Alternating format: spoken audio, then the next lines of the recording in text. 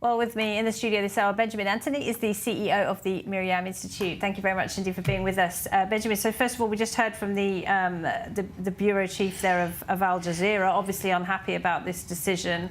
The Foreign Press Association has called it a dark day for the media. What are your thoughts? Was this the right move? Yeah, it's absolutely the right move, and it's the height of hypocrisy for that gentleman to be talking about this being a political rather than a professional decision. The fact of the matter is that Al Jazeera is merely a propaganda machine for all anti-Israel sentiment wherever it broadcasts to. It's high time that it was shattered. I'm pleased that it was shattered. I'm also pleased that the Minister of Communications did so in such a thorough manner. It's important for people to know that it was subject to the review and approval of the Prime Minister, and even that review and approval was subject to the gathering and reading and reviewing of position papers as to whether or not it was time for it to be shattered and whether or not it constituted that national security threat that you had talked about. So, yes, absolutely the right thing to do. What about the timing of this, though, Benjamin? Right in the middle of a very delicate stage in the hostage negotiations, the Hamas official saying his delegation is leaving Cairo right now. I mean, was this the right move at this time?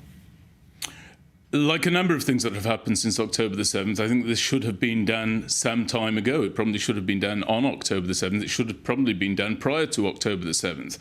I don't think that anybody should attach too much significance to this decision when it comes to the negotiations between Hamas and Israel. The reality that we face is that it does not seem that Hamas wants a deal. We can talk about that in the fullness of this program.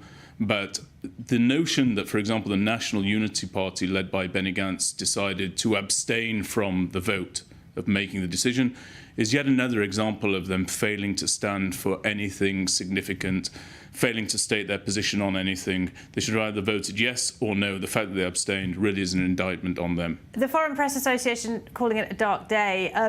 I don't remember them issuing any statements about when the UK and France decided to ban the Russian network, Russia Today, or Sputnik, for example. Right, and the truth of the matter is you're far more of an expert on this topic with your long history in journalism and the media than most people would be.